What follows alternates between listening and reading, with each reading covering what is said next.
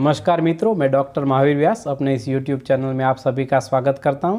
Friends, आज हम cervical spondylitis के बारे में बात करेंगे। सर्वाइकल स्पॉन्डिलाइटिस हमारे गर्दन में स्थित रीढ़ की हड्डियों में लंबे समय तक कड़ापन होने, गर्दन तथा कंधों में दर्द और जकड़न के साथ सिर में दर्द होने की स्थिति को कहते हैं। यह दर्द धीरे धीरे कंधे से आगे बाहों में और हाथों तक बढ़ जाता है। गर्दन के दर्द को ही सर्वाइकल स्पॉन्डिलाइटिस कहा जाता है। अब इसके रीज़न क्या होते हैं ये देखते हैं। तो सबसे जो पहला रीज़न है ये है व्यवसाय संबंधित कारण। जैसे कोई कंप्यूटर में पूरे दिन तक काम करता रहे, सॉफ्टवेयर इंजीनियर है, कंप्यूटर इंजीनियर है, वो पूरे दिन तक एक ही स्थिति में अपनी गर्दन को रख के काम करता रहता है। या किसी का ऑक्यूपेशन ऐसा होता है जिसमें जैसे नृत्य है या कोई जिम्नास्टिक में बहुत ही ऐसे ही हार्ड एक्सरसाइज करते हैं, या किसी किसी को सिर पे भारी वज़न उठाना होता है। ऐसे लोगों को गर्दन पे और सिर पे दबाव के कारण स्पॉन्डिलाइटिस होने का चांस होता है। दूसरी चीज़ है हेरिडिटी, ये आनुवंशिकता में भी कभी कभी होता है। और तीसरी चीज़ है स्मोकिंग, यानी कि धूम्रपान से भी ये सर्वाइकल स्पॉन्डिलाइटिस होने का खतरा रहता है। कभी कभी ये जन्मजात होता है, यानी कि कंजेनिटल होता है। बच्चों में कभी सेरेब्रल पाल्सी या कंजेनिटल फ्यूज्ड स्पाइन, ऐसी कंडीशन में भी सर्वाइकल स्पॉन्डिलाइटिस का खतरा रहता है।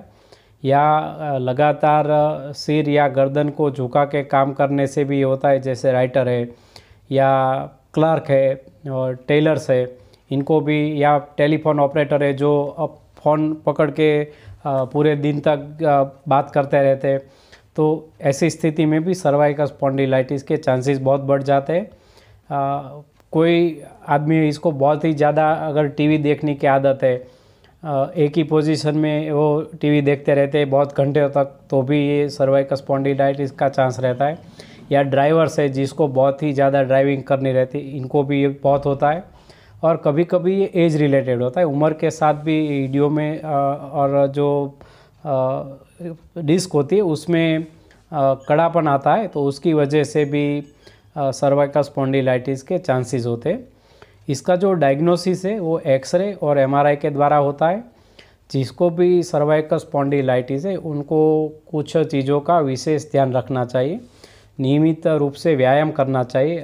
सर्वाइकल स्पॉन्डिलाइटिस के लिए फिजियोथेरापिस्ट आपको बहुत ही अच्छी सलाह दे सकते हैं कि किस तरह से आपको अपनी गर्दन की एक्सरसाइज रेगुलर करनी है, तो इसमें आप फिजियोथेरापिस्ट की भी सलाह ले सकते हैं। इसका नेक बेल्ट आता है जो आपके स्पाइन को स्थिर रखता है, तो नेक बेल्ट भी इसमें काफ़ी यूज़फुल है। अगर आप ऐसा काम कर रहे हैं जैसे कॉन्स्टेंटली जिससे आपकी नेक का यूज़ होता है, तो आपको बीच बीच में आराम भी करते रहना चाहिए, क्योंकि आप कॉन्स्टेंटली काम करेंगे तो स्पॉन्डिलाइटिस का दर्द और भी बढ़ जाएगा। सिर पे भारी वज़न नहीं उठाना चाहिए और सोते समय बहुत ही मोटा तकिया नहीं रखना चाहिए। आप सॉफ्ट पिलो रख के सोए तो इससे आपको काफ़ी फ़ायदा होगा। अब इसकी कुछ होम्योपैथिक मेडिसिन के बारे में बात करें। अगर आपको सर्वाइकल स्पॉन्डिलाइटिस है तो होम्योपैथी आपको काफ़ी हेल्प करेगी विदाउट एनी साइड इफ़ेक्ट। तो इसकी सबसे पहली मेडिसिन है लेक्नेंथिस 200। लेक्नेंथिस है वो बहुत ही पुराना, अगर आपको गर्दन का दर्द है और रूमेटिज्म ऑफ नेक है और बहुत ही स्टिफनेस है, तो लेक्नेंथिस 200 पोटेंसी में दिन में 2 बार सुबह और शाम ले, बहुत फ़ायदा होगा। इसकी दूसरी मेडिसिन है गाइकेम 30। जो गाइकेम 30 है उसके जो सिम्टम्स है वो सर से लेके गर्दन में पेन जाता है, फिर शोल्डर्स में पेन आता है और फिर स्कैपुलर रीजन तक पेन जाता है। अगर ऐसे सिम्टम है और साथ में बहुत ही जकड़न है, पेशेंट को गर्दन घुमाने में भी बहुत ही अगर दिक्कत होती है, ऐसी स्टिफनेस है, तो गाइकेम 30 पोटेंसी में दिन में 3 बार ले, सुबह दोपहर और शाम इसकी 5-5 गोली, बहुत ही फ़ायदा मिलेगा। फ्रेंड, इसकी तीसरी मेडिसिन है सिमिसिफुगा 200। ये अक्सर फीमेल्स को ज़्यादा यूज़फुल है। ड्यूरिंग पीरियड्स बहुत ही पेन बढ़ जाता है और इसका जो पेन है वो नेक से लेके बैक तक जाता है, यानी कि गर्दन में दर्द स्टार्ट होता है और पीठ तक पेन जाता है। अगर ऐसे सिम्टम्स है तो सिमिसिफुगा 200 पोटेंसी में दिन में 2 बार ले, काफ़ी फ़ायदा होगा। एंड इसकी चौथी मेडिसिन है कालमिया 200। कालमिया जो है उसमें जो पेन है वो गर्दन से लेके राइट हैंड तक जाता है और जो राइट हैंड है वो उसमें पैरालिटिक वीकनेस आ जाते हैं, जैसे सुन्न हो जाता है हाथ और काम करने में भी बहुत दिक्कत होती है। और पेशेंट जब नीचे देखता है तो उसको बहुत ही तेज़ दर्द होता है। अगर ऐसे सिम्टम्स है तो कालमिया 200 पोटेंसी में रात को सोने से पहले 5 गोली दिन में एक बार ले तो काफ़ी फ़ायदा मिलेगा। इसकी छठी मेडिसिन है पेरिस क्वाड्रिफोलिया 200। इसका जो पेन है वो गर्दन से लेके लेफ़्ट आर्म तक जाता है और साथ में जो फिंगर्स है लेफ़्ट आर्म की उसमें नमनेस हो जाती है। अगर ऐसे सिम्टम्स है तो पेरिस क्वाड्रिफोलिया 200 पोटेंसी में दिन में 2 बार लेनी चाहिए, काफ़ी फ़ायदा मिलेगा। इसकी छठी मेडिसिन है रस्टॉक्स 30। रस्टॉक्स 30 है, उसका जो यूनिक सिम्टम है वो है मॉर्निंग स्टिफनेस। सुबह में जब पेशेंट बेड में से जागता है तो उसको नेक में बहुत ही दर्द होता है और बाद में मूवमेंट से और गर्म सिकाई से इसको आराम मिलता है। और कोल्ड एंड डैम्प वेदर में अगर ज़्यादा पेन होता है तो रस्टॉक्स 30 दिन में 3 बार सुबह दोपहर शाम इसकी 5 गोली लेनी चाहिए, बहुत ही फ़ायदा मिलेगा। इसकी 7वीं मेडिसिन है जैल्सीमियम 200। जैल्सीमियम का जो यूनिक सिम्टम है वो है नेक पेन विथ वर्टिगो, यानी कि गर्दन के दर्द के साथ अगर आपको चक्कर आते हैं और आँख में भारीपन आ जाता है, हैवीनेस ऑफ हेड, और इसका जो पेन है वो तेज़ नहीं होता, डल पेन होता रहता है लेकिन बहुत ही साथ में भारीपन लगता है। अगर ऐसे सिम्टम है तो जैल्सीमियम सुबह में एक बार इसकी 5 गोली लेनी चाहिए लंबे टाइम तक, 2-3 महीने तक।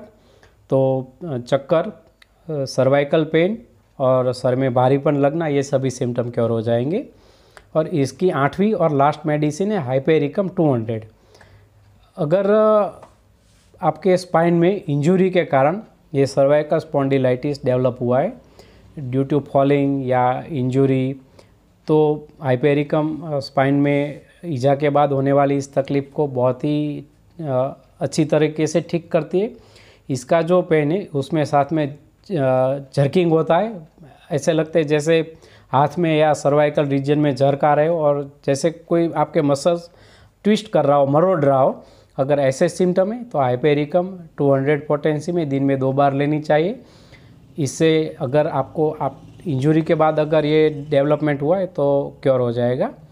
फ्रेंड्स, उम्मीद है आपको ये वीडियो यूज़फुल लगा होगा और अगर आपको ये पसंद आया तो कृपया इसको लाइक और शेयर कीजिए और मेरे इस चैनल को सब्सक्राइब करें और बेल आइकॉन को भी ज़रूर दबाएं। नमस्कार, जय हिंद।